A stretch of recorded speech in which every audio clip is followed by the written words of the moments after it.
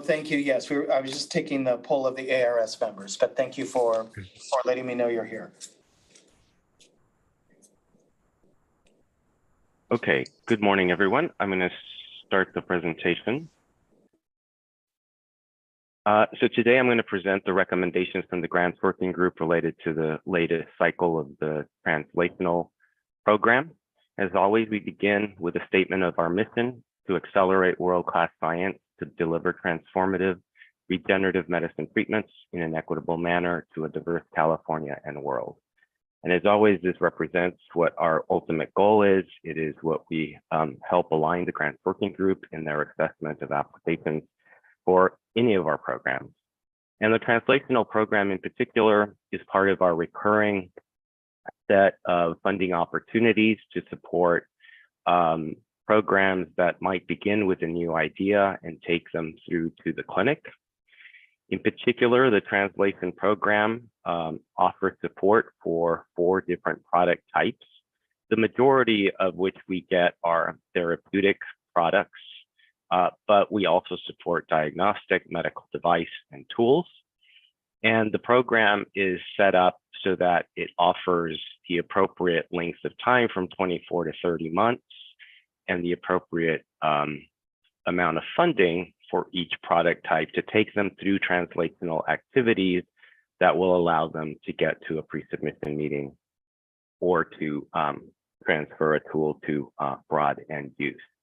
And so this is an illustration of what the requirements are to come in to the translation program. So for a therapeutic, we expect applicants to have a therapeutic candidate where they've demonstrated disease-modifying activity. And similarly for the diagnostic devices and tools, that they have a prototype and a proof of concept with that prototype when they come in.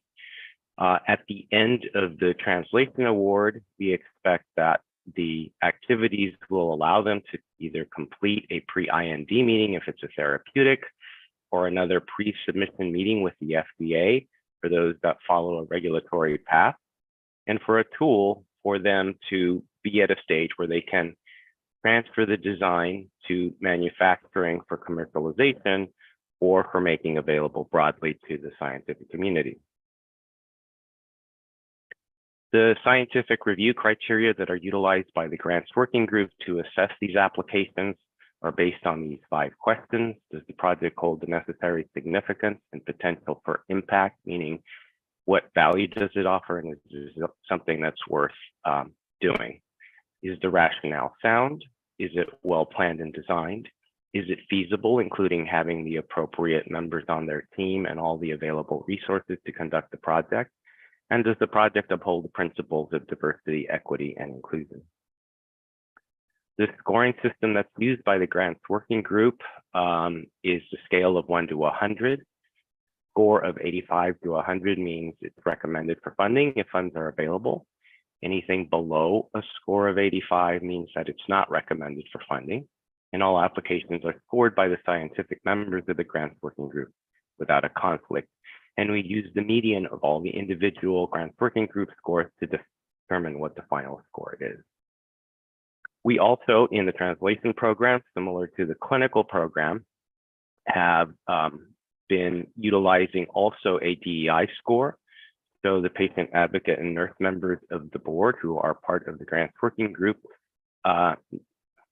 provide a DEI score from 0 to 10, with 10 being the best possible score based on their overall assessment of the applicant's response to the DEI questions and elements that we pose. And they use a rubric, which is illustrated here, to guide their scoring.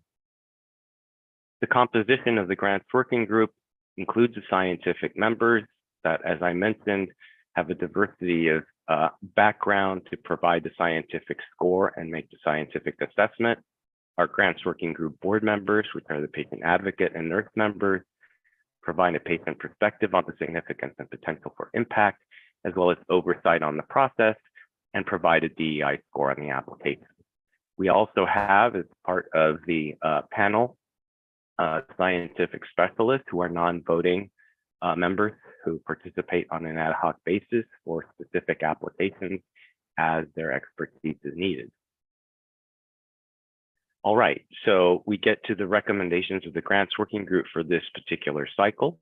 There were 30 applications that were reviewed and considered by the working group. 10 were recommended for funding, receiving a score of 85 or above. The total request for those 10 applications is about 33.5 million. The funds available are 84.6 million. The funds available are intended to supply 2 rounds of PRAN.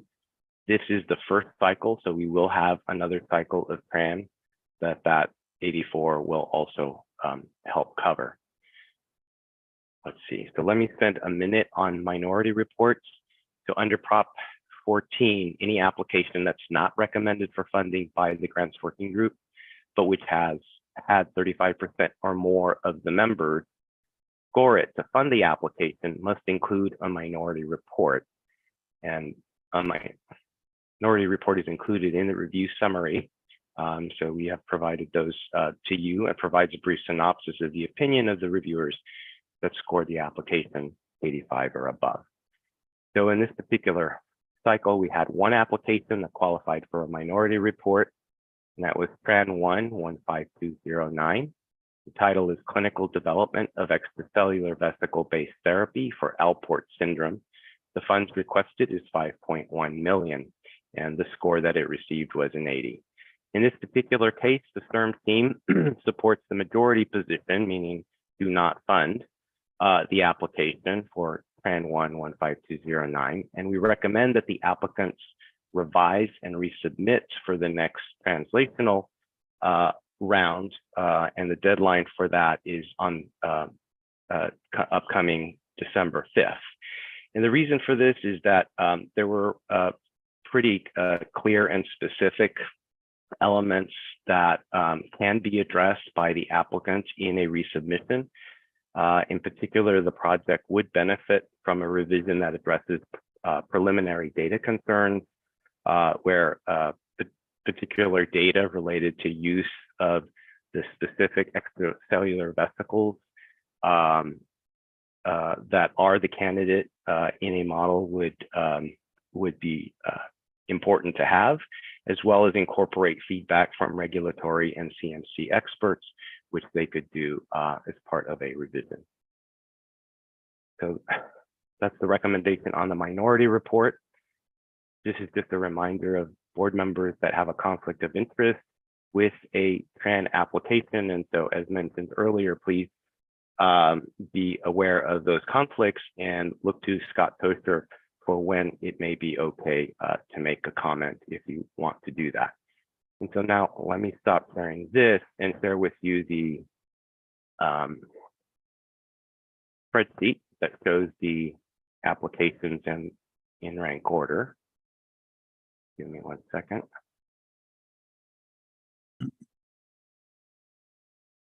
Okay, so here is the applications in rank order. Those in green are those that are recommended for funding. There are 10 of those. The one with the minority report is actually a couple of slots below that fund line, which is here. And we're not recommending that for funding. And here are the remainder of the application. So I turn it back to you, Mr. Chair, for discussion. No, not that I know. Great. Is my microphone off? Yes. Okay. So we start this discussion on all these applications. You know, this is the one where we do the funny dance. So I would like to look at those that are recommended not to be funded, those that are in tier 2. Gil, could you tell us how many there are? It seems to scroll right off the screen. Yeah, so there were 20 that were not recommended. Some withdrew, so there may be just slightly less than 20 in this. Right. So I'd like to start the discussion by asking for a motion that we look at tier 2, and the motion would be, is there any application in this group that you would like to excerpt, meaning you would like to discuss consideration of funding this in spite of the CERM team's recommendation not to fund, and thereby move it from tier 2 up to tier 1? So I'd like to entertain a motion. In a sense, this is a consent calendar, and I'm asking you to excerpt anything from the consent calendar for discussion.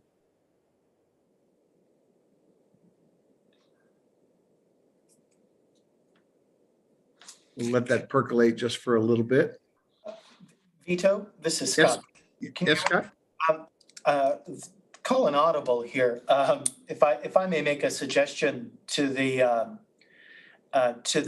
subcommittee, as I indicated just before we joined, because the overall ask of the entire slate of applications exceeds the budget, our conflict of interest rules require that members with a conflict as to any application, whether it's in the tier 1 or tier 2 category, such individuals are precluded from making a motion or participating in the discussion of Correct. any motion as to any application, until such time as the overall demand is below that total budget, which is 84 million.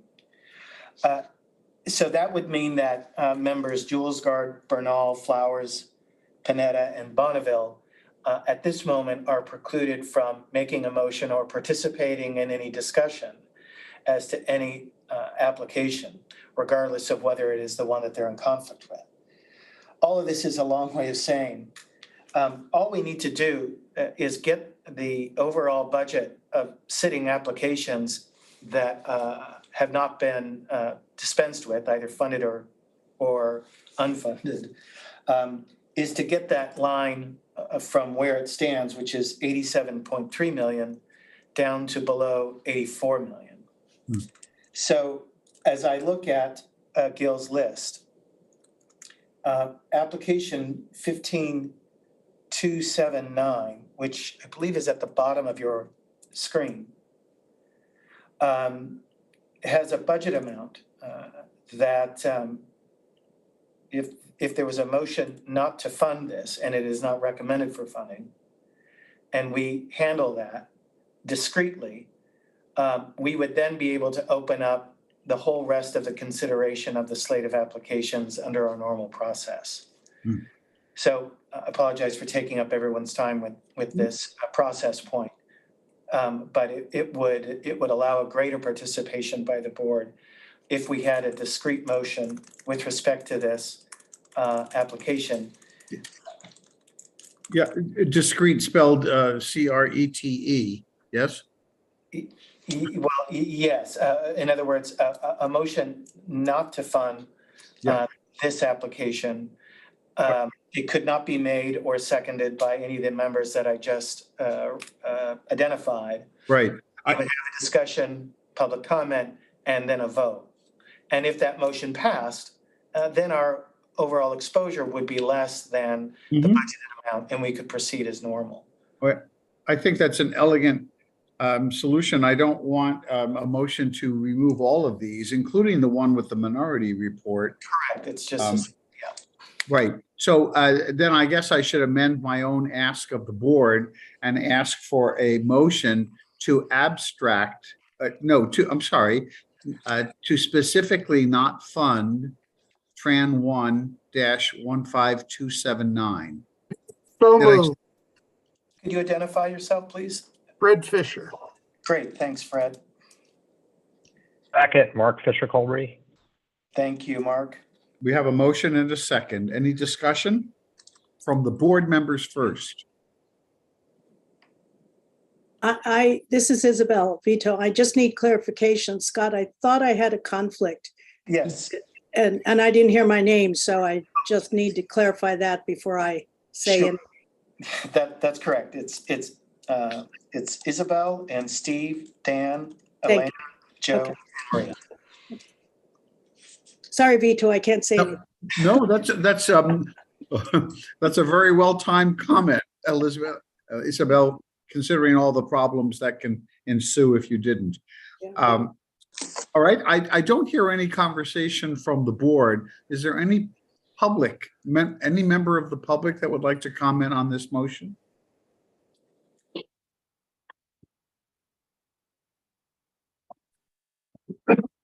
It doesn't appear so. Okay. All right, then Scott, would you please, discussion is closed. Would you please call the vote? Yes. And this is where I need to. Leandra Clark Harvey, Yes. thank you. Mark Fisher Colbury. Aye. Fred Fisher, Aye. Elena Flowers. I- Correction, sorry, I Okay, just need to. David Higgins, Yes. Vito Imbassiani, Yes. Rich Lahara, Yes. Lauren Miller Rogan, Yes. Adriana Padilla, Yes. and I think that's everyone. Okay. Great, thank you. So with that now, the normal process would apply. Anyone can make a motion and participate in a discussion. With respect to the application, as long as they're not in conflict with it. However, if it's an omnibus motion, in other words, it's a motion that involves multiple applications, it can only come from a member who is not in conflict with any of the subject applications. Scott, thank you for solving our dilemma here. Can I ask, Scott, should we focus on Tran 15209 next? It is up to the pleasure of the committee on how it would like to proceed next. But typically, yes, we would deal with the tier 2 applications next. Well, since there is a minority report on this, I think we probably should have a short discussion on it. Let's see, do I have to abstract this again as we did the last one? Or, You can just ask for a motion regarding it. okay. Board members, having heard our counsel here. I move that we not fund application 15209. It's Fred Fisher. Thank you, Fred. A second, please. Second. Mark Fisher Colbury. Okay, I hear the second. So this 15209 application is open for discussion for not funding. Gil has already given us the CERM staff's opinion. Is there anyone would like to have more information on that?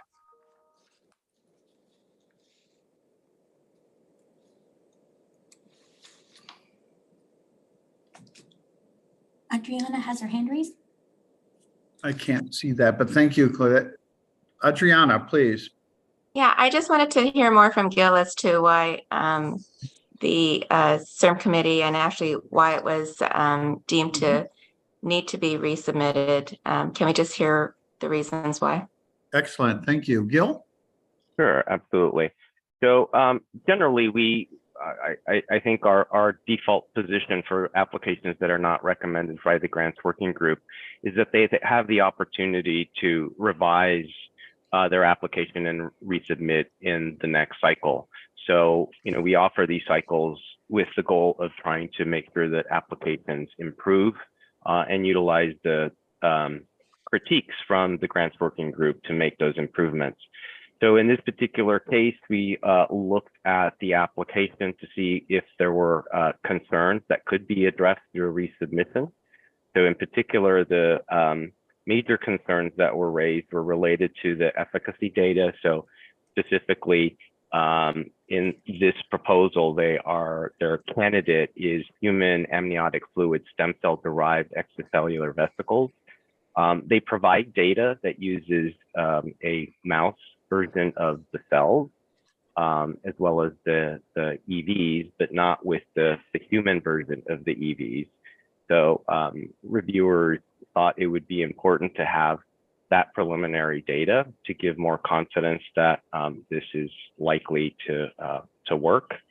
And there were some concerns raised related to the CMC, the manufacturing of these EVs, and the regulatory path that could be addressed by getting some expert advice.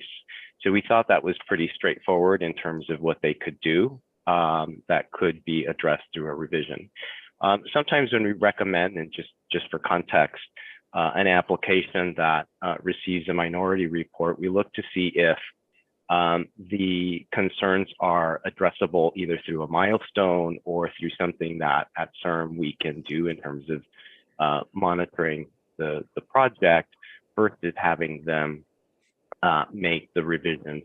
Here, we felt that making the revisions was the appropriate course, and that's why we made that recommendation.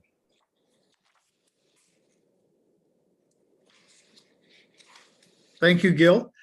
Adriana, you're satisfied?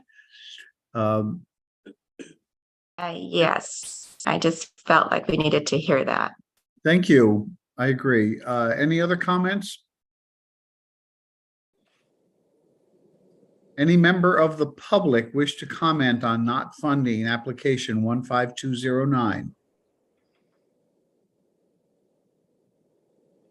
Claudette? We do not see any hands raised. No hands. All right. Scott, we can proceed to a vote on this. Thank you. All right, there are no conflicts, so everyone is eligible to vote. Dan Bernal, Aye. Maria Bonneville, Aye. Leandra Clark Harvey, Aye. Isabel Daron, Yes.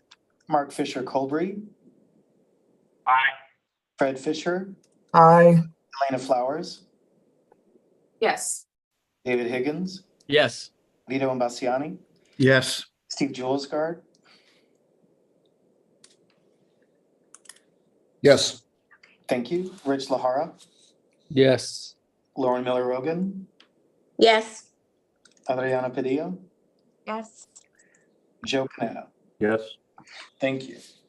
And the motion carries, so that application will not be funded. Okay, good.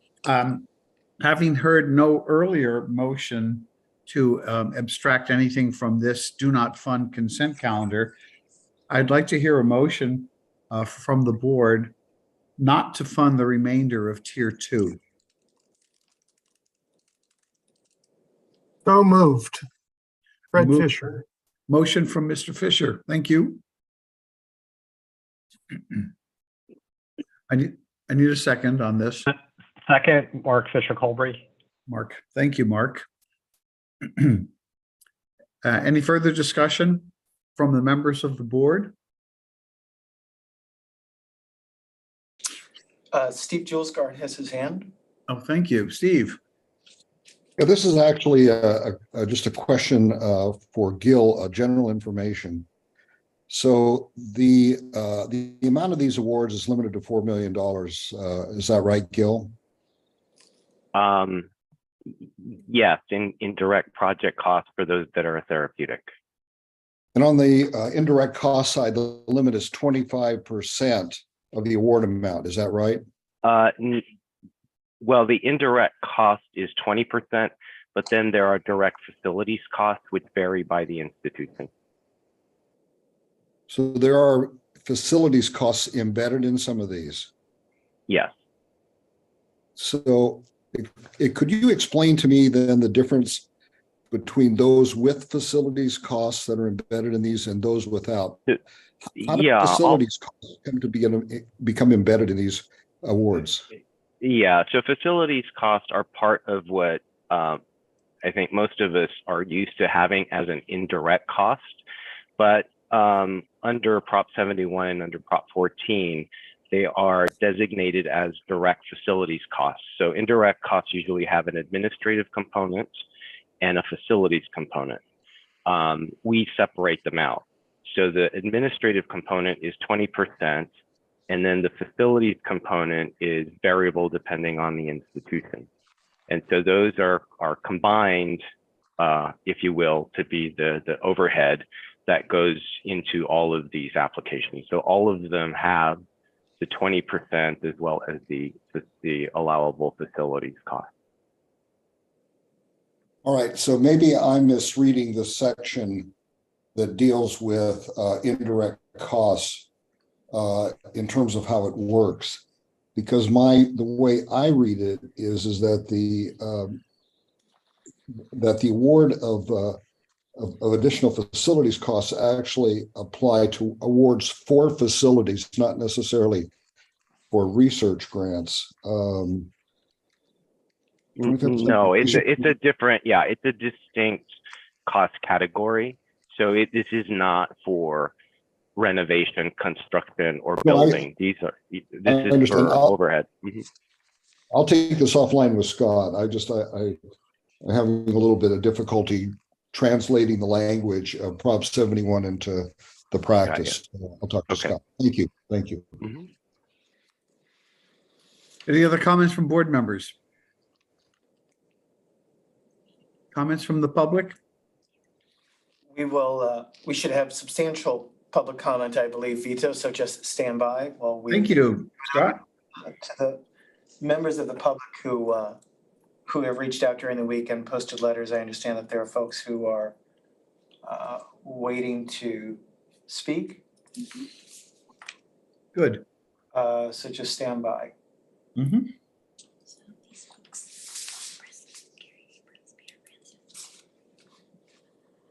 So, Paul Brej.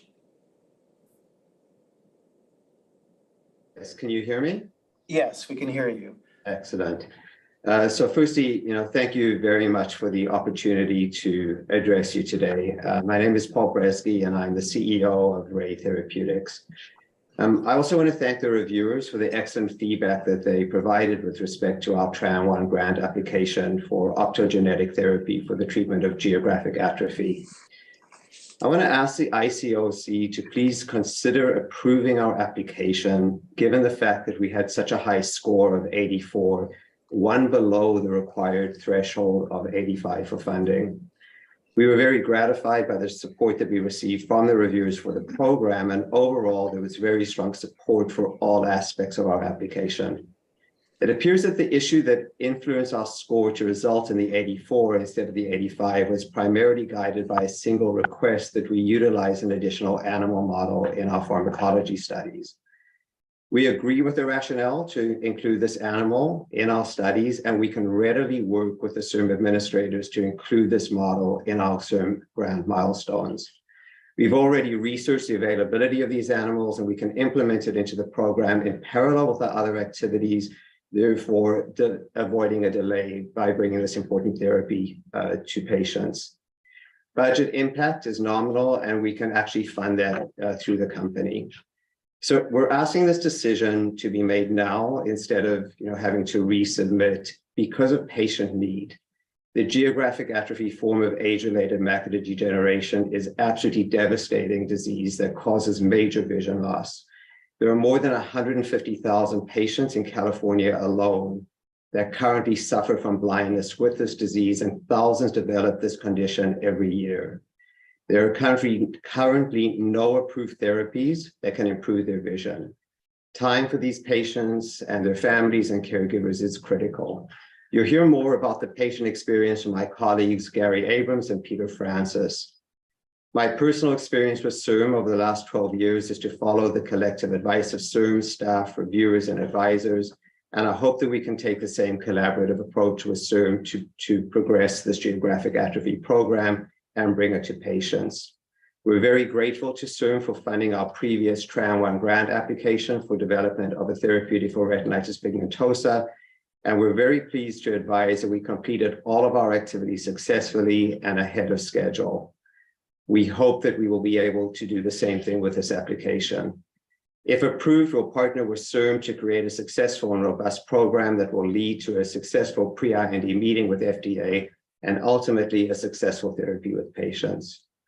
I just want to close by saying that I have said many times in private, public, and through multiple press releases that I have nothing but gratitude for CIRM and all that CIRM does for patients in the state of California and worldwide. One of those patients happens to be my own daughter, Tamar, who lives in California and studies in California, and she also suffers with a blinding disease. With that, I'll hand it over to Gary Abrams. Thank you, Paul. Mr. Abrams, Yes, go ahead. The floor is yours. Thank you. I'd like to thank the members of the committee for allowing me to speak. My name is Gary Abrams. I am an ophthalmologist and I'm a retina specialist. I see many patients with geographic atrophy associated with, most of them with age-related macular degeneration. Geographic atrophy is loss of the photoreceptors. These are the vision cells of the retina that are in the back of the eye in the central seeing area. It's most common with age-related macular degeneration, but you'll also find it present in some inherited diseases such as Stargardt's disease and cone dystrophy. I want to emphasize that patients with geographic atrophy are truly disabled. It's a serious problem that causes great loss of ability to participate in daily life. Just to get an idea of what these people face, I'd like for you to actually close one eye and put your fist in front of your open eye like this. And what do you see? Well, you've got a huge central blind spot. And you can see around the edge of it, but you really can't see anything centrally. So what happens? You can't read, you can't drive, you can't see your food on your plate, you can't cook. But what's interesting is the thing that seems to be most disturbing to many of these people is they can't recognize the faces of friends and loved ones. There's no treatment for established geographic atrophy. While new drugs may slow the progression of geographic atrophy, there's no current treatment that can restore vision in these folks who've lost their vision. RTX-021 has the potential to restore visual function in these patients with a single injection into the eye that can be done by any trained ophthalmologist. And it's likely this will last a lifetime. With CIRM's help, we think we can improve the lives of thousands of patients in California and the rest of the world who suffer from this devastating disease. Once again, thank you for allowing me to speak. Thank you, Mr. Abrams. Thank you for your input and your clinical expertise. I'm going to turn this over to Peter Francis for conclusion. Mr. Francis, the floor is yours. Good morning, everybody. I'm Dr. Peter Francis. I'm an MD, PhD ophthalmologist. I'm currently the CSO and CMO at Ray Therapeutics. And like Dr. Abrams, I have more than 30 years experience as an ophthalmologist and retina specialist, particularly treating patients with age-related macular degeneration. And I commend Professor Abrams for his description of the substantial unmet medical need in geographic atrophy. To add to that, according to surveys, just to give you a flavor, patients equate having geographic atrophy and the resulting sensory loss and psychological impact of the disease with severe and advanced systemic diseases like heart disease. At Ray Therapeutics, we have a company and management team with an exemplary track record of successful CIRM grant execution, meeting milestones ahead of schedule, on budget, and with high impact for the citizens of California. In regards to this current Tran-1 grant, I can confirm we have the team to implement, the facilities to conduct, and the program management capabilities to efficiently implement the milestones as of now. In conclusion, as a technology, optogenetics in the vision space has been shown to work in restoring vision to blind patients. So it is significantly de-risked. What the field has lacked are the optogenetic methods that are engineered to optimize the visual outcome. And that's what we actually have here at Ray Therapeutics with our RTX-021 program, the realistic potential to realize the full visual improvement that can be gained by optogenetics in geographic atrophy. As you've heard, the patients are eagerly waiting for our highly differentiated and de-risked patient treatment. And I thank the CIRM ICOC members for their attention and kind consideration of our request to fund our current TRAN1 application. Thank you very much. Thank you, Mr. Francis, and I thank all of the speakers for the care with which they crafted their remarks to the board. Thank you. And Vito, we have more public comment. Next one is Karen Chrisman. If you could unmute and introduce yourself. Yeah, hello. Good morning, everyone. So my name is Karen Chrisman. I'm a professor of bioengineering at UC San Diego, and I'm the PI of TRAN1 15291, which is on a pro-regenerative infusible extracellular matrix biomaterial for treating acute myocardial infarction. So this is a cost-effective regenerative medicine solution where you can actually deliver at the time somebody comes into the hospital with a heart attack, is getting a stent placed, and you can infuse this biomaterial to repair the heart.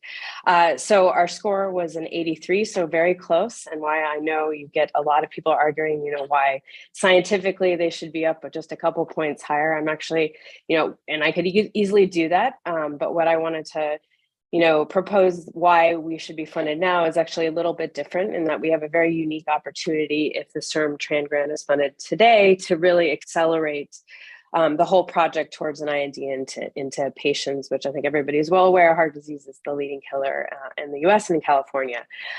So the unique opportunity is that the company I co-founded, Ventrix Bio, just received an SBIR grant from the National Institute of Health for the National Heart, Lung, Blood Institute, and I'm co-investigator on the grant, and it provides complementary support for preclinical development of the infusible extracellular matrix products. So what's unique in this situation is that unlike the SBIR, CIRM funds key manufacturing development and making initial batches of material. So what will accelerate us is that if the CIRM project is funded now, we'll be able to do the preclinical studies under the SBIR in addition to the ones under the CIRM grant with a manufactured material that has been scaled up and is at the same clinical grade process that will be used in patients. And so what this means is that we'll be able to actually reduce some costs on the CIRM grant on things that we're not going to have to repeat with that manufactured process, but also, or manufactured product, but also that we can really accelerate this. So basically, we think this will fund with the SBIR and the TRAN grant now, we can do it on manufactured material and do the majority of studies that would lead to submission of an IND. And we think based on previous experience with myself and Ventrix on another material that went into phase 1 clinical trial in heart failure patients, that this would really allow us to accelerate by about a year. As opposed to if it's not funded now and we have to do a resubmission, we're not going to be able to do the SBIR studies with the manufactured material, which then will have to be repeated and set us back. So that's why I'd like to advocate for funding now versus in 6 months and really accelerate this technology into patients. And again, for the leading cause of death in California. So thank you very much. Thank you for your comments, Professor. Scott, are there more comments from the general public? Yes, there are. I believe Dr. Irv Weissman has individuals, including himself. Irv, are you on the line?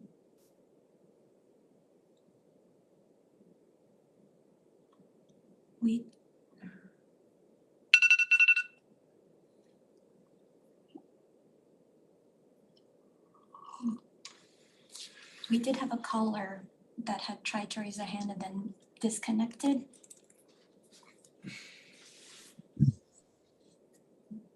If that caller would like to try dialing back in again. That might have been me. I was on my phone earlier and then I closed it and realized I could just do it on Zoom. So that was probably me if it was a 510 number. Okay, yes, it was. Great. Thank you, Dr. Christman. Is there any other public comment on the line? 650? Hello, Hello? can you hear me? Yes. Yes, sir. you can hear me? Yes, we can hear you. Okay. Can you identify yourself and start? Yeah, Thank you. I'm Irv Wiseman, professor at Stanford University and founder of the Institute for Stem Cell Biology and Regenerative Medicine and co-author of Prop 71, Prop 14.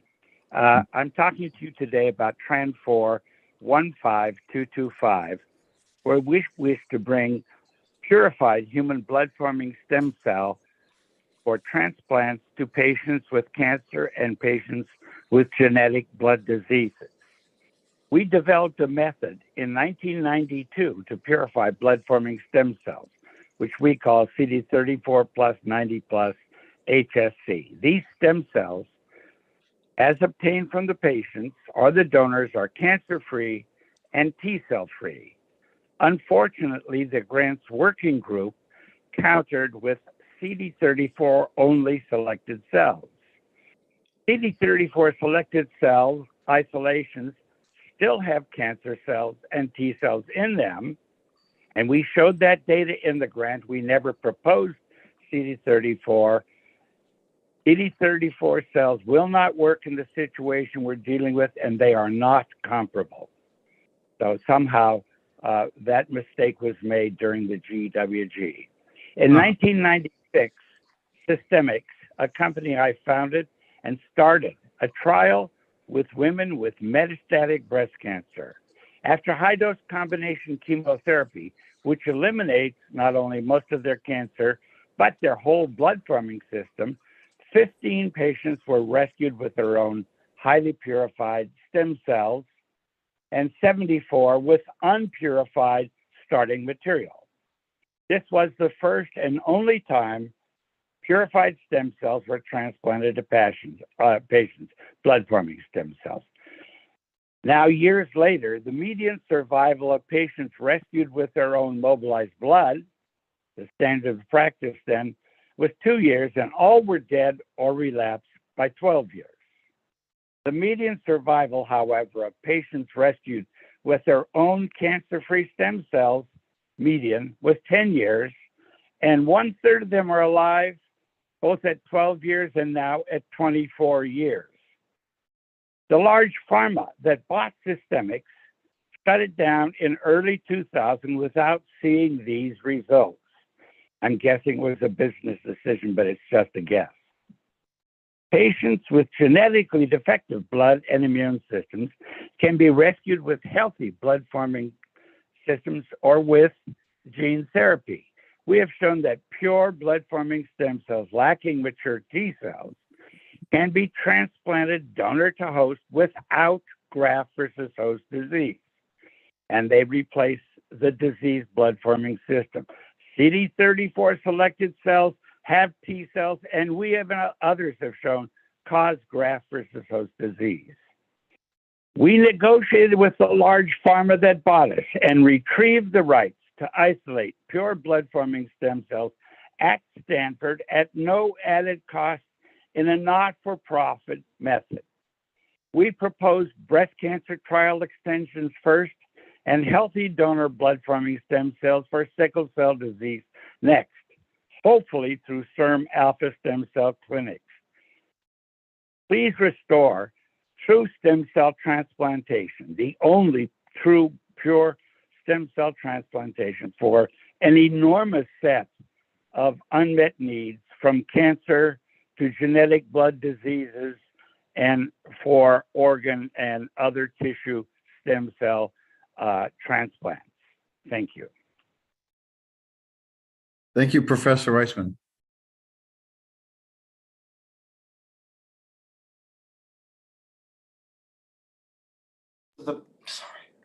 Irv, this is Scott. Are there any other members of the public that you brought to the meeting?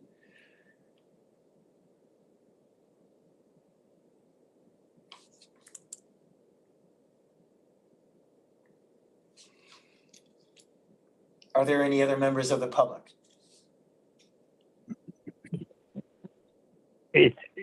Did Joe Gantz provide a document or a video or an audio for this session? He provided the video in his letter yesterday, which was distributed to the board yesterday. So I would urge either listen to the audio portion or on your own, please watch the video. Okay, Call the question. sir. Call the question. Stephen, did you say call the question? Yes, proceed to a vote. Yes, right. Well, it's a little complicated right now. So what I would like to do, if the board will allow me, is to abstract the three that were just commented on for individual conversation and vote, and then proceed to a motion to consider all the residual applications in tier 2. To do that, I need the application number for the geographic atrophy one again, please. Can our parliamentarian confirm that the board chair can determine to do this when there is a motion and a second and a call for the question on the table? Yeah, that's a good question, Fred. I mean, the alternative is to ask for amendments to the motion. I'm fine. I understand. I just don't want you to be out of compliance with Thank you. parliamentary procedure. Thank you. Who is our parliamentarian? I'm guessing it's Scott. Yes, Fred raises the point, and Vito, you are correct. The appropriate next step would be a motion to amend. Okay. Which would then be taken up before the motion on the table. Yeah, that's fine. We'll do it by Robert's rules. So may I hear from the board any motion to abstract one or more of these applications from the vote? The vote that I'm referring to will be not to fund all the applications in tier 2. So if you want to consider funding one of these in tier 2, I'm asking for a motion to abstract that now. So moved. So moved. David Okay, and Sandy. Wait a minute. Which one? Yeah. Which one are ones? And by the way, it's not really abstracting them. It's moving them from tier 2 to tier 1. That's the motion that has to be made. Right. Thank you. I think the motion is, I think you have to basically ask the people who made the original motion if they're open to amendments to their motion. Well, no, we don't need. I don't think we need to do that. Sorry, Fred. Once the motion is made and seconded, it belongs to the whole floor, to the whole committee. So therefore, procedurally, the way to handle this is a motion to amend this motion, which is then privileged and is voted upon before the underlying motion is taken up. So, but the point is well taken as to David's attempt to make a motion. If you could identify, David, to which application you're seeking to fund. So we have to pick one as opposed to group them? Or several. Well, can I ask a quick question? I don't want to handle all of these the same way because they're wildly different in score and comments that have been made by the GWG, and I don't think that that's appropriate. That's my personal opinion. So if we need to do it on an individual basis, I would prefer that we handle it that way. I may be alone in thinking that, but I just wanted to call that out. Well, Maria, I think ultimately each of the ones that we will move to tier 1 through this process would get their own individual vote. So not if we extract all of them at once. Yeah, I think the point is to handle these on a single basis by motion. So again, David, can you identify the application that you would like to? Most certainly I can. I'm enthusiastic about this. For 15291, I just don't feel, wait a minute, sorry, next one up. The geographic atrophy, that says 15341. So this comment is going to be relative to that. I don't believe that there's a difference between 84 and 85, number one. And number two, I think this is work that deserves to be funded. So my motion would apply to that one. Okay, so the motion is to move application 15341 up to tier 1 and to fund it. That's my motion. Yes, thank you. Okay. Mr. Chair, I see that Adriana Padilla's had her hand up for some time. I did also see Joe Thank you. Padilla.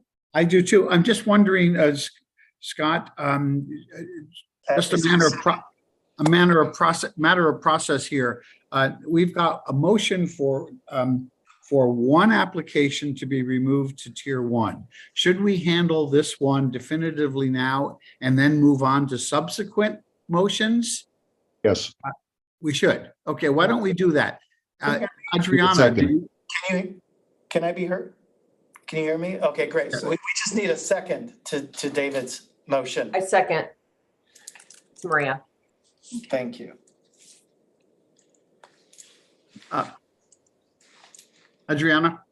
Yes, I was agreeing with the motion on the floor. I also wanted to consider moving the Tran 15291 also for consideration for funding. Their score, if you look at the number of GWG votes, was just right up there. And actually, they had 5 people who ultimately were willing to fund it versus 10 not. And that's pretty significant numbers that I see. I think we need to deal with this one first. That we have a motion, and then we can move to whatever else we might be interested in moving forward. Let's just do this so we don't all get confused. I agree, Steve. So Adriana, would you hold that in reserve? Sure. And Absolutely. before we proceed, Joe Panetta, hello. Hello, Mr. Chairman. I heard some pretty compelling testimony about 15341 from the 3 presenters. But I see that it has a score of 1 yes and 13 no's. And so may I ask a question of Gil? Yes. I think, yes. Go ahead, Gil. So Gil, I think the first presenter commented that there was a single deficiency that they've corrected in the proposal, and that should then make it appropriate for approval. But what I'm curious about is, were those 13 no votes relative to that deficiency? Yeah, that's a great question. It's hard to know exactly if that is why. I think we can surmise that is probably the case, because that was the most outstanding issue that was raised related to this application, meaning that there was a model that reviewers would like to have seen done in the preliminary data that was not used. I think the question here is this something that we would want not just simply for the applicants to do, but also whether the grants working group could see the outcome of that before moving forward, or whether there is a milestone that we should put in place should we decide to fund it that would have them do that study before moving forward. Okay, thanks. Because I just wanted to be sure that if it were that single deficiency and that were the decision to be made, that there were not other deficiencies that, you know, that we should consider in this, because 1 yes and 13 no's is pretty lopsided. Yeah, I agree. I think that the major concern was that the use of that model. So let me remind the board members, we are now working on the motion to move application 15341, the one dealing with geographic atrophy, from tier 2 to tier 1. So let's continue that discussion. Mr. Fisher. I had a similar question. I'll ask it in a different way. I'm wondering if Gil agrees with the applicant's characterization of the deficiencies and their conclusion that it was that sole deficiency that was the result of their score or their votes. And do the staff agree that with that deficiency corrected, this becomes a fundable proposal? So Fred, I do agree that the major concern was conducting the preclinical experiments using a model that was not used and that reviewers would like to have seen that. I do think that that was the major concern. I think addressing that would improve the application or would have improved the application, but I would hesitate to speak for the grants working group in terms of ultimately what drove their score and whether there were additional concerns that were not voiced or not represented in the summary. But based on the summary that we have and what we heard from the grants working group, I think that was the major concern. Given my experience on the grants working group, I am typically reluctant to overturn their decisions, given my experience of the thoroughness and the seriousness with which they take their reviews. So if in fact this is the sole deficiency, then I would hope that if we ultimately recommend funding this proposal, that funding would be conditional upon the results of this additional required experiment.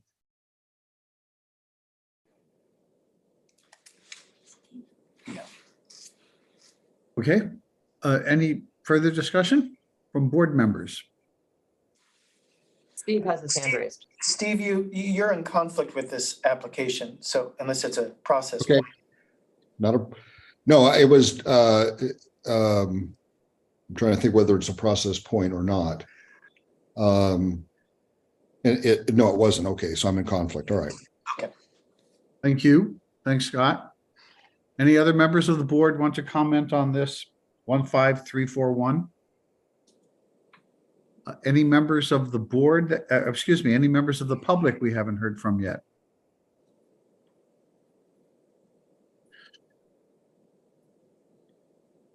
We're checking. After your check, Scott, I think you can proceed to a vote. An I vote, maybe you could clarify what the I vote means.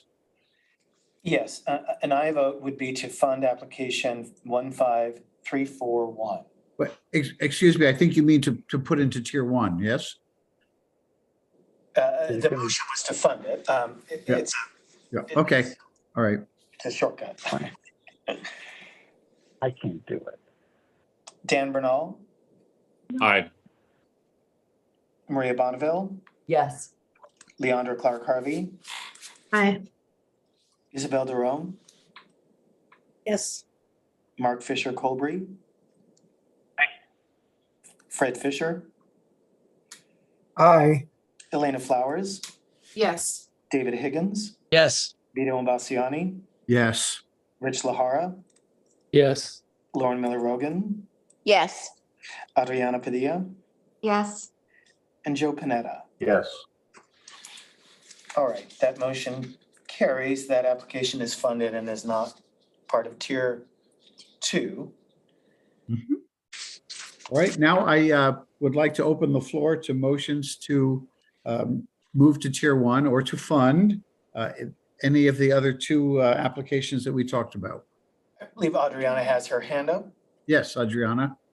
I wanted to return back to my motion previously to move up the TRAN 15291, again, Yes. for the reason that the scoring was favorable with the final votes of the GWG group, 5 for funding and 10 for not, and a DI score that was very reasonable, and for the health problem that is very significant to major populations here in California.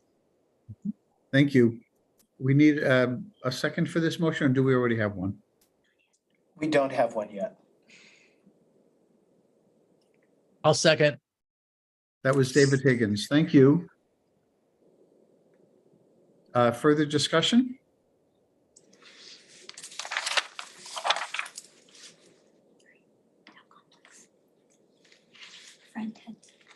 Fred has his hand raised. Fred, yes, I see it now. I think it'd be helpful to hear from Gil about this proposal and the staff's thoughts about approving it in its current state. Okay, so this application is pro-regenerative in feasible ECM biomaterial for treating acute myocardial infarction. So the candidate is an injectable biomaterial that's derived from scaffolding of pig heart that's used to follow treatment of myocardial infarctions. So the application received a score of 83. And as mentioned, there were 5 members who scored 85 or above and 10 that scored below. The major concern that was highlighted by reviewers was the need for the applicant team to seek advice from the FDA. They were concerned that the studies that are proposed, which in general present a good rationale, are well planned and designed, may not be the correct studies to do. And that depending on the specific regulatory route that this goes through, whether it's through CBER or whether it is considered a device, may impact on what those studies should be and how they're done.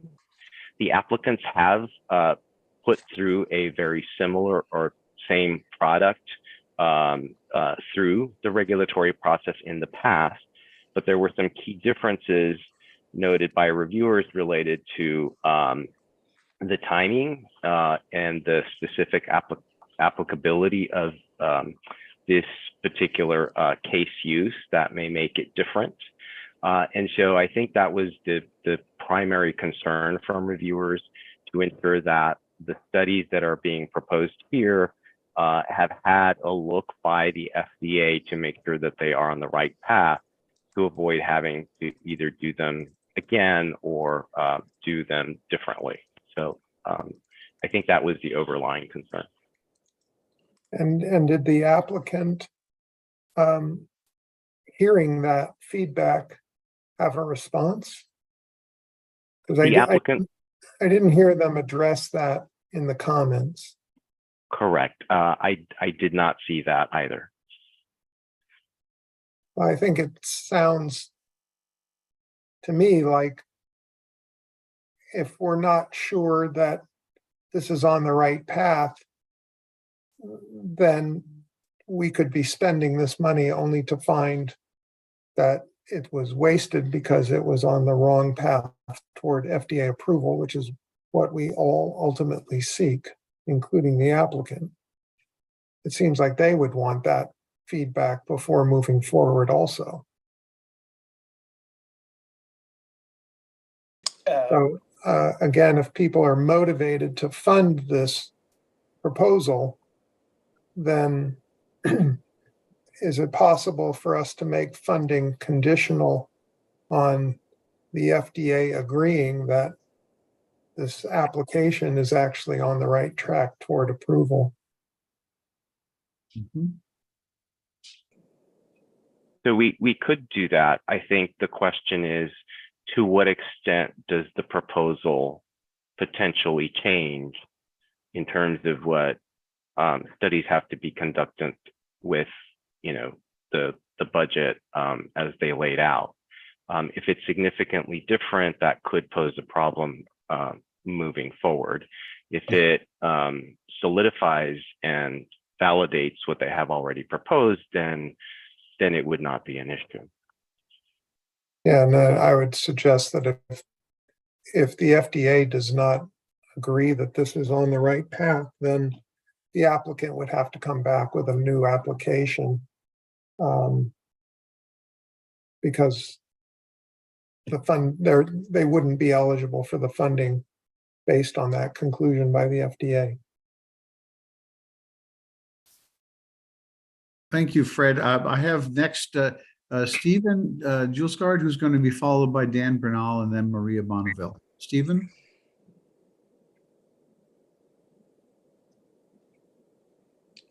And Steve, you're muted. Sorry. Yep. Muted and off screen. There we go. No, so a question and then a point.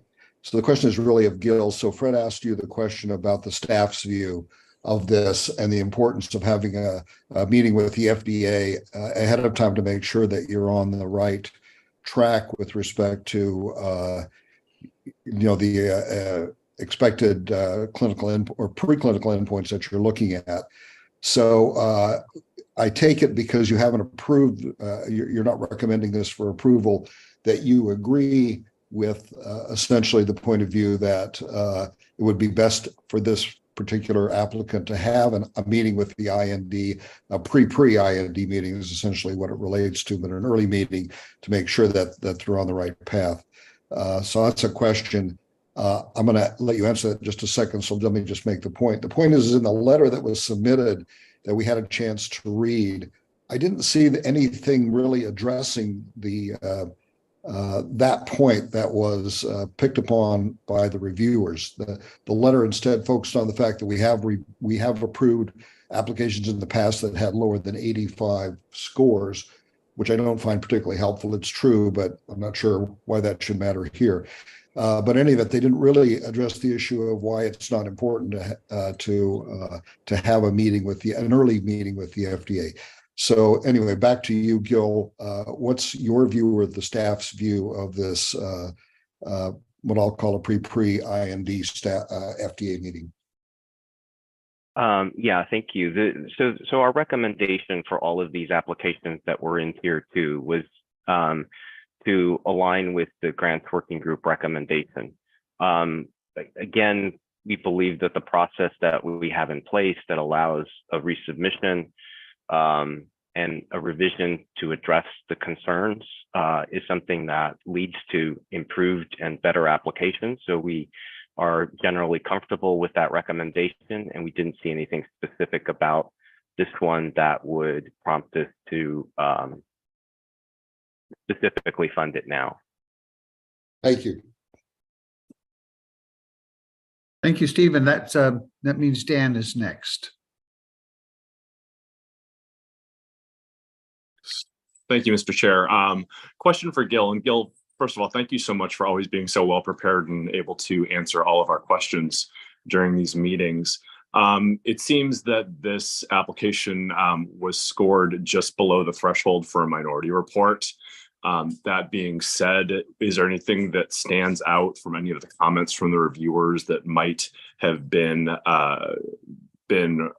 relevant or particularly compelling from within those comments that might have led to a minority report that would sway this vote? Yeah, I mean, I think in general, this is a very good application, and I think reviewers think this is something that ultimately can go forward. And I think there's enthusiasm behind taking this approach and having the applicants move forward with this path. I think the concern was, again, that without having direction from the FDA, they may be embarking on studies that are either inappropriate or may be just a waste of time, and that they may actually be able to do this for less, particularly if this is considered a device, and may not have to go through the route as proposed. So I think for a minority report, if this had qualified, I think that the same points stand. And you know, I don't see anything in particular beyond that I think would be highlighted in the minority report. Okay. Thanks, Gil. Maria, you had your hand up. Where did you go? Let's see here. I lowered it. My question was answered. Thank you. Okay. Adriana, Adriana, you're you're muted. muted still. Just clarification from Gil. The point that was in the letter as far as having had previous awarded grant, was that part of the application or was that an after fact issue that wasn't taken into consideration?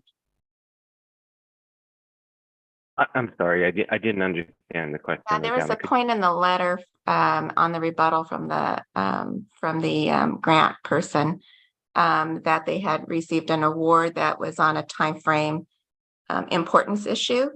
Was that part of the application? Was that a known issue at the time of the review? I don't believe it was. Would that have made a difference?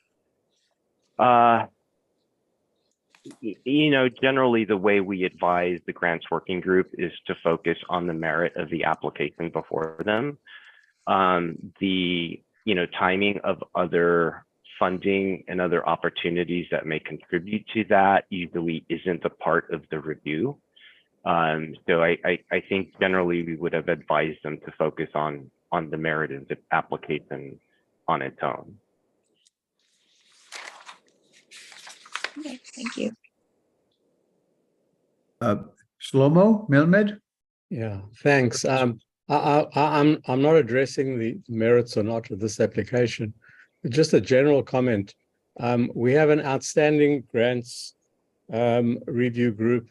We have a very professional and well-oiled staff support of the process. And I get very nervous when we start trying to do our own peer review on limited information.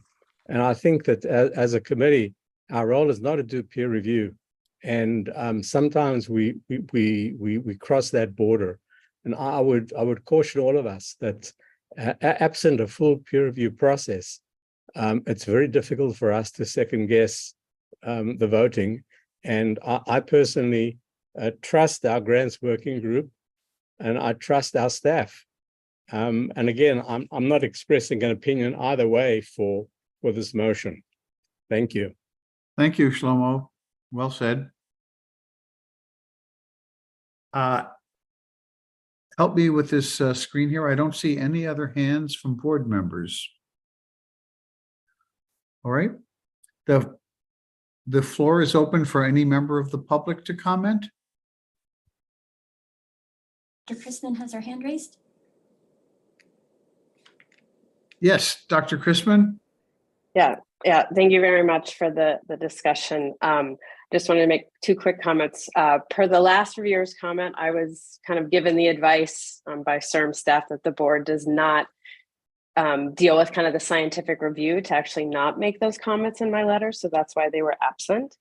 And then my second point is that we know for certain that this is a biologic. I think there were some members of the review committee that thought it was a device, and that led to many of those comments about whether on the wrong pathway and wrong studies. But if you look at our designation letter for our previous product, basically any decellularized biomaterial that cannot go 510K, the FDA is regulating all as biologics. Like if you look at Humacyte's tube of a decellularized scaffold, which is a physical tube you suture, that is also regulated as a device. So we know for certain, while I would love it to be a device, that ship sailed about a decade ago. So we know for certain it is a biologic. And I think there was some confusion on the working group that they thought it was a device and therefore thought we were not going on the right path. But we are certain that it is a biologic. And of course, plan to engage FDA. Thank you.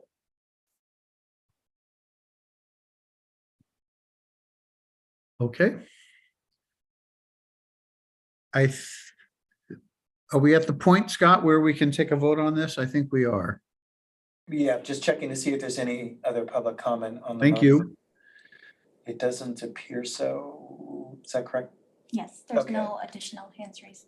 So I think it might be helpful if you just clarified again what a yes or a no vote means here.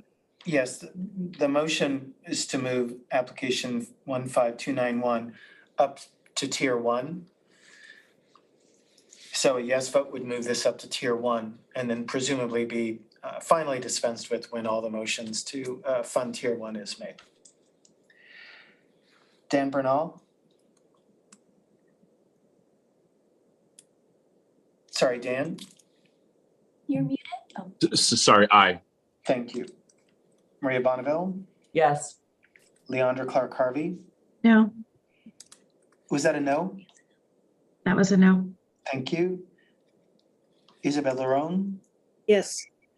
Mark Fisher Colbury? Yes. Fred Fisher? No, Elena Flowers? No.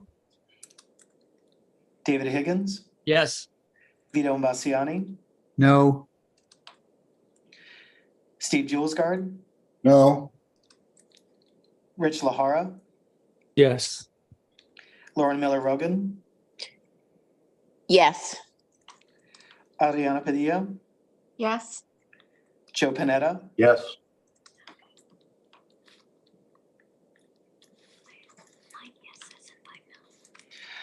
The motion carries 9 aye votes to 5 no votes. So that application is now in tier 1. oh, great. Thank you very much, members of the board. I think we are now ready to hear a motion on 15225. If I have that one right. The purification of human hematopoietic stem cells.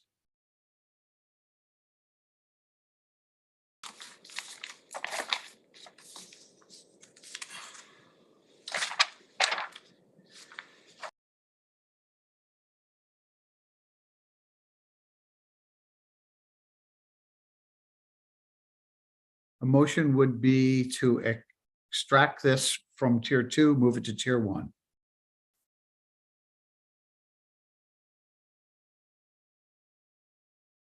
Okay. I do not hear a motion. Am I missing anything? The screen goes on for many iterations. I don't see any hands raised. Okay.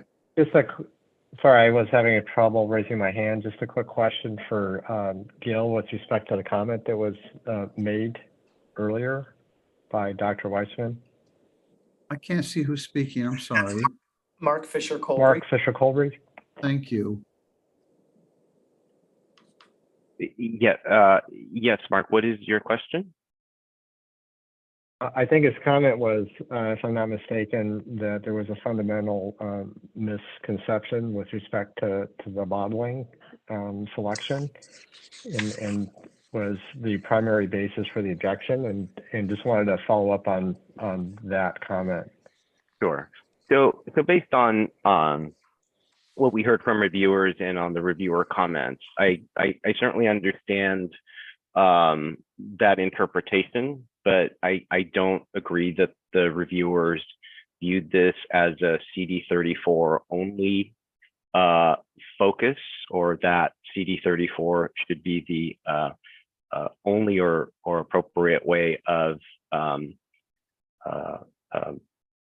purifying or selecting hematopoietic stem cells, but rather that there are now many different approaches for isolating hematopoietic stem cells and hematopoietic stem cell CD34 positive cell populations, many that remove T cells, some that add back T regulatory T cells, and there are other antibodies that also can be utilized for the same purpose.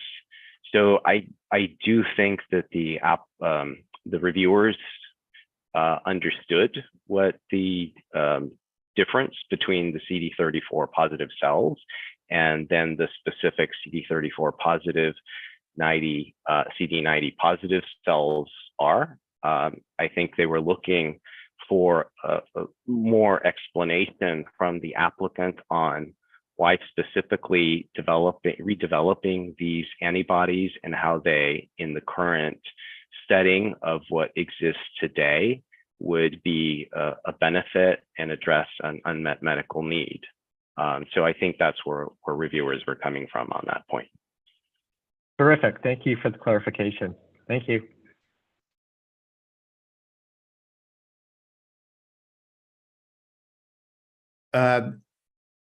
Hearing no motion from the floor, I think we are now to the point where we are going to entertain a motion to not fund. Yes, Already have the motion. there's already a motion on the table that's been made and seconded. Oh, thank you, Scott. Thanks. Yes, thank you. So we can proceed. Yes. Unless there's further discussion on tier 2, we're about to vote on not funding at this present time all the applications remaining in tier 2. That's right.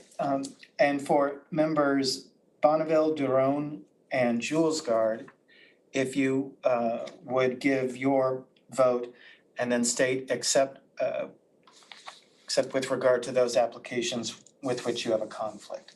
Mm-hmm. That's great. Go ahead, Scott. You can proceed to the vote. Dan Bernal, Aye. Maria Bonneville, Yes, except for those with which I have a conflict. Leandra Clark Harvey, Aye.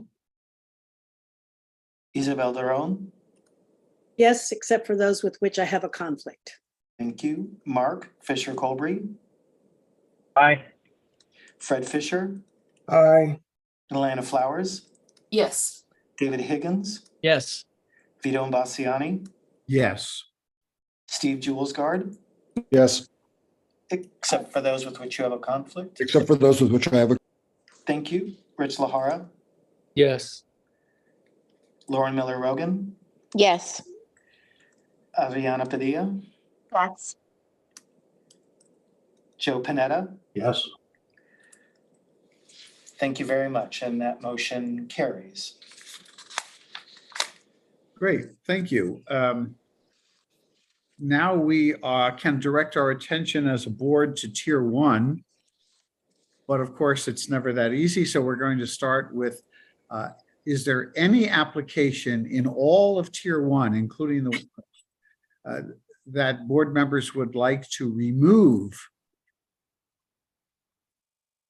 And that would mean not to fund. So there are 10 now plus 2, 12 entrants into tier 1. Any motions on abstracting any of these to remove them from funding?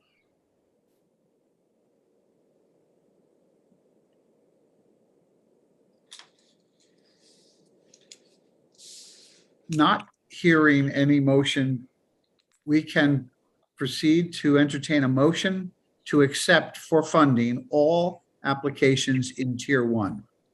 So moved. Bernal. Dan Bernal moved. I need a second. Just a second. For those, unfortunately, Dan, you can't. Oh, that's right. Thank you. Because So moved. So moved, Leandra. Seconded, Fred Fisher. Okay. Okay, we have a movement and a second. So the floor is now open to discussion on these applications. Could I, Isabel here, could I get an explanation on 15298, why the DEI score is so low? Thank you, Isabel. 15, say the number again. 298. Actually, there are two that are actually with sixes that I see on this. So 15253 and the Yep. 15298. So I'm going to direct this question to Gil, maybe starting with 298. Yeah, thank you. So I think both of them, it's a very good observation, Isabel. They both happen to also be tool applications. They're, is the Tran 4. So the first one, the one that you ask about, is to develop an IPSC medium. So this is a culture medium that is used for iPSC stem cells and to maintain them and to develop this for GMP manufacturing. So I think part of the challenge that both applications have is in making a clear case of how this medium is going to incorporate principles of diversity, equity, and inclusion. And I think for some of these, it's difficult because they don't have a, say, specific disease where they can speak to the disease burden or the specific population of individuals that would benefit from, say, a therapy, given that this is a tool.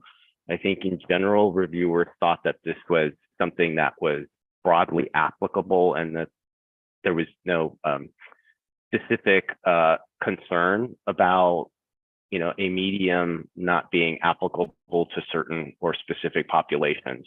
I think in both cases, this other second one is about iPSC cells themselves and creating a universal donor cell line. I think there more so a discussion about how the either the medium or in this case the universality of the iPSC cells that are generated would impact on different patient populations would have been appreciated. I think there was just a lack of discussion, but I don't think there was any concern from the working group related to this. Generally, a score of 6, and our patient advocate and nurse members here on the board can speak to this, is a passing grade, if you will. The 6 is sort of low on the scores that they still believe is adequate to move forward. But if there are maybe specific comments or other concerns that the patient advocate members who gave these scores would like to speak to, certainly would invite their views. Thank you, Gil. Fred Fisher? Yeah, I never cease to be amazed by Gil's ability to recount the details of all of these grants and have it at your fingertips and articulate it so well. So thank you for that, Gil. And I had raised my hand to basically state what you stated. A 6 is essentially the equivalent of an 85, the bottom score that the grant working group would consider in terms of a fundable application. So I just wanted to clarify that for board members who don't participate on the GWG. Thank you, Fred. Thanks for your comment. I think the only thing these graphs lack is a column that scores Gil's ability to recall. Vito, can I say, first of all, thank you, Gil. I appreciate that. Second of all, I obviously have to go back to school for a very long time to really understand this stuff. But I'm always concerned because maybe 6 looks good on an average, but I always worry that unless there's real intention at whatever stage we're at to measure its impact or lack of impact or access, that we let it go. Even the question about whether or not, because a very smart group of scientists say it's a good thing or a bad thing not to have, that people in general, patient advocates, consumers on the street also have a very good opinion. And sometimes it might counter what the scientists think or say. And because we have seen disparities for so long, over a long period of time, and we're still very far from reaching some kind of equity, and we have to keep bringing this up over and over and over again, I just dare to question something at a 6. Because I say, do you have a Latino mouse, or do you have a Latino spit, or is that cell line really representative of all of us?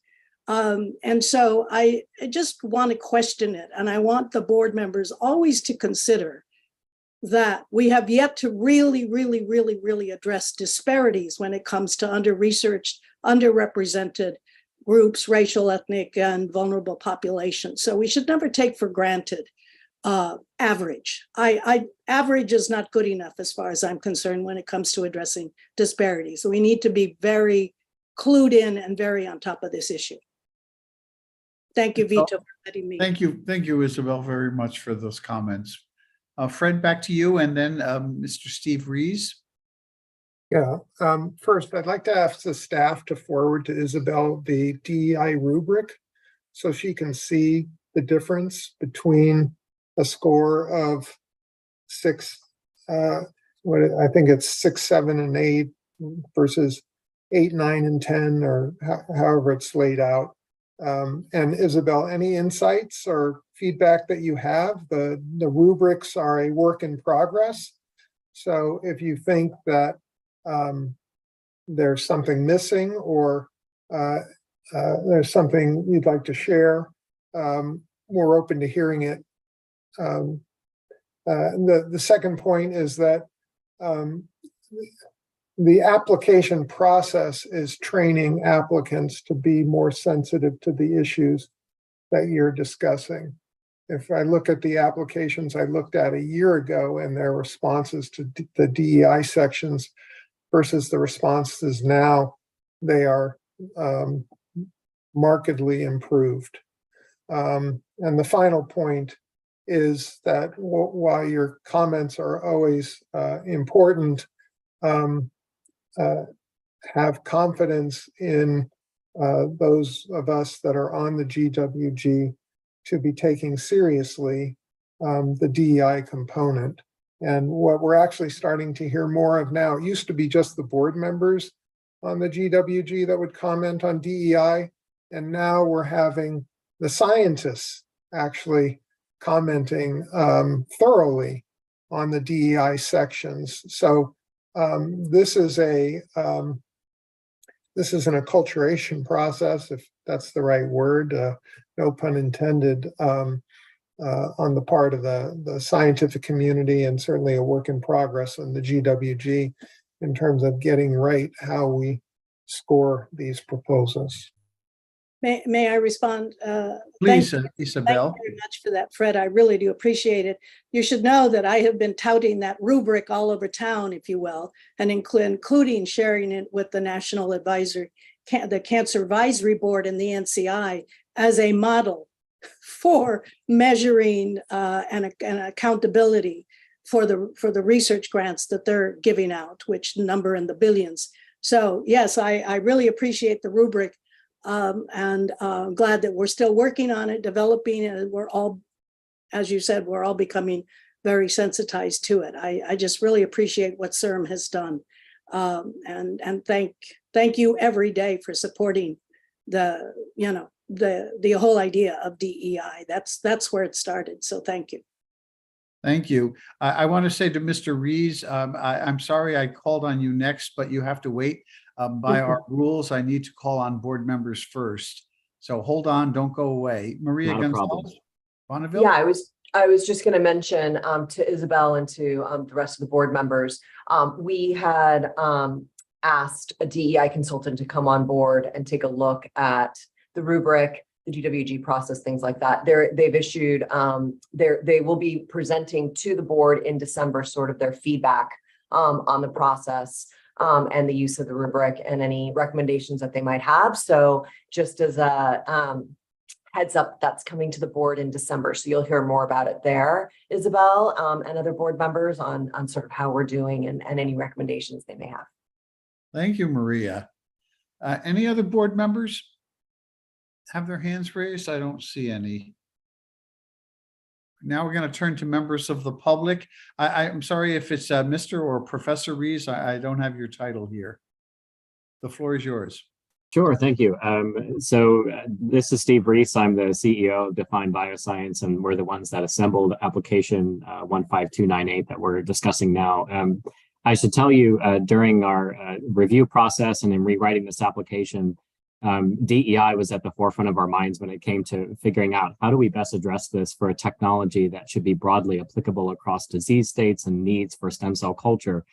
And the points that the board has already raised in regards to cell line availability and how representative even the few number of cell lines that we have for these underrepresented groups, it's very hard to know because there's very few cell lines available. So in our research, we found that even as of just a few years ago, it was about a third as likely to find a cell line of African descent, or half as likely for Asian or Pacific Islander descent, and even only 5% of human stem cell lines available for preclinical work was of African descent as well. And we kept seeing these numbers and looking for cell lines to realize that there's just a very few number available for us to even know if what we have is representative. So for us, it was a balance between, with a study like this, having a limited number of cell lines we can conceivably test, given that this study focuses on in-depth studies of a media, you can only cover so many lines. And we wanted to be careful to choose lines that were as representative of a larger community as we could make them,